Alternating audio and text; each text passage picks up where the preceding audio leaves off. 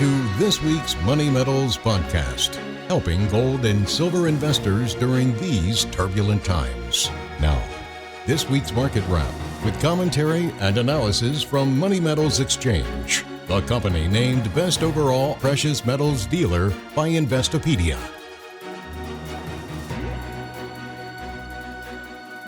Welcome to this week's Market Wrap podcast. I'm Mike Leeson. Well, if you believe the reporting coming out of the mainstream financial media, then the economy is going gangbusters. Third quarter GDP came in on Thursday at a better than expected 4.9%. That represents an acceleration of economic growth, at least officially, despite the Federal Reserve's ongoing campaign to cool demand. The Fed has succeeded at crushing the bond market, freezing the housing market, and plunging many sectors of the stock market into deep downtrends. The Fed has also put the squeeze on consumers who face higher interest rates on credit cards, car loans, and mortgages. But somehow the consumer-driven economy is posting good growth numbers even as stocks are in a recent downtrend. But there's more to this story. As Mark Twain once observed, there are lies, damn lies, and statistics.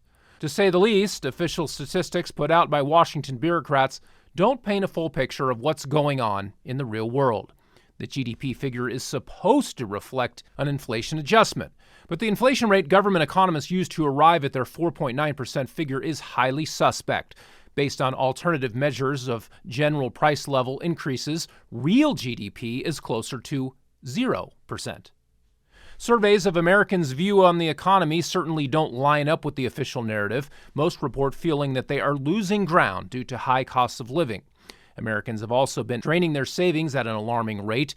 This increased financial pressure has even led to a noticeable uptick in money metals customers selling a portion of their precious metals savings back to money metals, taking advantage of our extremely attractive bid prices as compared to other dealers.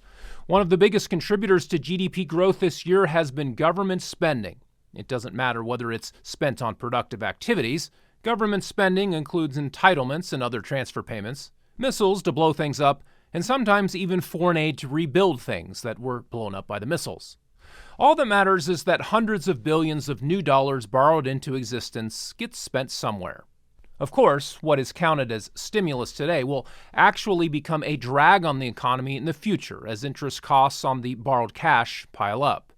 The feedstock of future economic growth is capital investment, not government borrowing or consumer spending. And if you look underneath the hood of the reported 4.9% GDP growth, you'll find that business investment actually fell for the first time in 2 years. For now, though, the Fed continues to insist that the economy is strong enough to withstand its rate hikes. Investor fears that rates will remain higher for longer than previously expected are weighing on asset markets.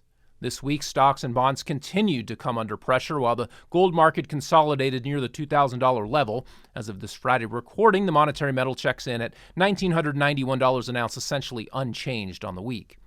Turning to the white metals, silver prices are off 3% this week to trade at $22.86 an ounce. Platinum is little changed at $913.